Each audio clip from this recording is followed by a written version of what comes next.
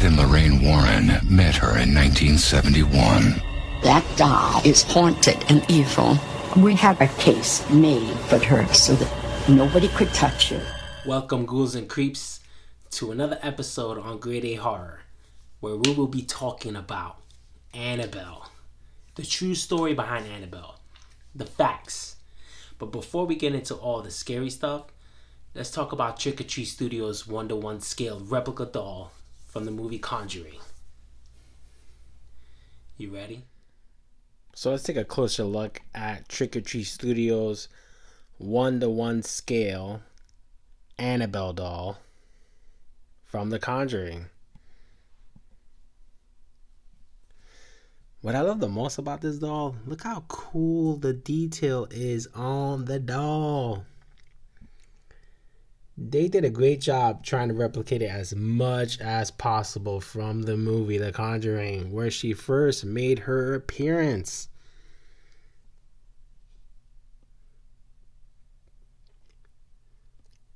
Detail's amazing.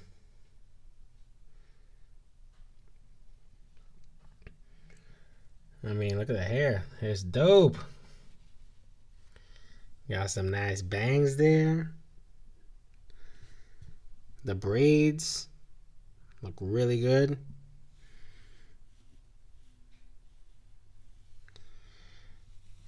Her dress got some blood stains on it.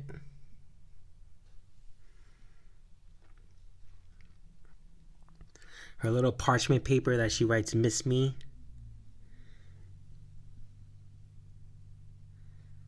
Great quality. Great. This hand's creepy. Look how creepy that hand looks. So in order for me to achieve the look of Annabelle sitting down in a case like she was in the movie, I had to get a little creative. In the movie, she's sitting in a huge cabinet, and there's nowhere around here I can find a cabinet that big that can fit a chair. So what I did, I just went to IKEA. I got a Detolf shelf, and I just got really spunky and creative with it to make it exactly like in the movie as much as possible. Achieving her sitting down and just giving that little creepy factor to it, which I feel like I did a good job on. So when I got this case in, it was just, a regular glass case. So what I did was just spray paint the bottom with brown spray paint. And then what I did after that was get gold trim from my local arts and crafts store. As you can see, I try to replicate it as much as possible like in the movie. So I just trimmed it up with gold vinyl all the way around. I got a tarot card, just like in the movie and in real life as well. Put that on the case as well. I got the warning "positively do not open" sign, which I cut that out of the box that she came in. And I added a light in here as well. So open the case here, and then there's a light. So at nighttime, when I shut the lights off, she looks creepier. As you can see, I can't fit a chair here. So what I did is I had an old subwoofer that I wasn't using. So I just have her sitting on that. I have her sitting on a subwoofer. If I can do it, guys, you could do it. I just got creative. And she looks really good. I think I pulled it off well. So I got a light there, and I got a light on top of here to shine at the Warren sign. And they have this sign at the house. I'm sure, you guys know about that. At their door, into their museum where they have Annabelle. But the sign is not above her. The sign is at the door before you enter the museum. All in all, she looks great in the case. I have a lot of people mention that it looks really good. So I'm happy with that. Wasn't the detail on that door awesome? seeing it up close and personal out of the case, it's kind of creepy. Not a lot of people would like to hold her, especially people that come over here. You better keep that bad boy in the case. And she stays in that case. But I bet you didn't know this is not the real Annabelle doll. The real Annabelle doll is a Raggedy Ann doll. Now, for all my horror buffs out there, we know that. We know it's a Raggedy Ann doll.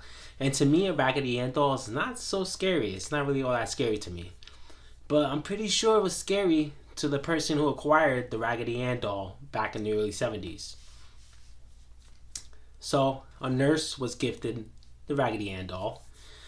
And all of a sudden, after a while of her having this doll, she realized that the doll was acting really strange. Sometimes she'll wake up in the middle of the night and the doll will be sitting on a chair, and that's not where she left the doll. Some nights the doll will be on the floor with like a crayon in the doll's hand, writing a note saying that you miss me. Strange and creepy things like that. That's the thing that would happen to this nurse. And all of a sudden this nurse was like, forget that. This is creeping me out. I need to seek some help. So she went to a psychic medium. And the psychic medium was like, this doll has a spirit of a deceased girl in her named Annabelle in the Raggedy Ann doll. So she was creeped out by that. So further investigation on her end, she ended up contacting the Warrens, Ed and Lorraine Warren. And they ended up going to her apartment, taking a look at this doll, and coming to the conclusion that the doll was not really inhabited by a young girl named Annabelle. In fact, the doll was a conduit, meaning that a demon was controlling the doll, pretending to be a deceased young girl in the Raggedy Ann doll. Ever since then, the Warrens took that doll away from her and they put it in their house, in their museum, which is in their home, and they constructed a large case for the doll, and they have a priest that comes by to do blessings, I think once a week, just to keep her at bay. And they, they don't want this doll coming out and doing harm, and it has done harm. And this is a true story. So, at the museum, they let people come to their museum to view the museum. And one night, this guy came in a motorcycle with his girlfriend and started taunting Annabelle. Not this Annabelle, the Raggedy Ann Annabelle that's in their home. They started banging on the case, like, forget this doll. This doll's nothing. This doll's not going to scare me. It ain't real. It ain't real. Which is a big no-no. You shouldn't be taunting stuff like that because, after all, this is true stuff. So, you don't play with stuff like that. That's some crazy stuff. Like, why would you even taunt something like that? So anyways, he was taunting the doll, like, yeah, do something to me. What you got on me? What you got on me? Apparently, he jumped back on his motorcycle,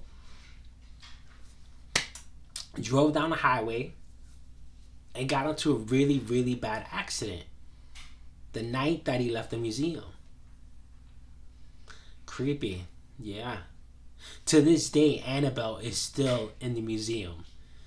Of course, the Warrens have been passed away, but close relatives, friends look after the museum, and they look after Annabelle.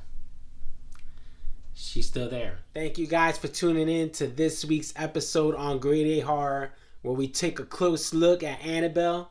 Next week, we're going to be talking about the origins of the most horrible, gruesome mass murderer in history, Michael Myers. Tune in next time. See you on the flip side, ghouls and creeps.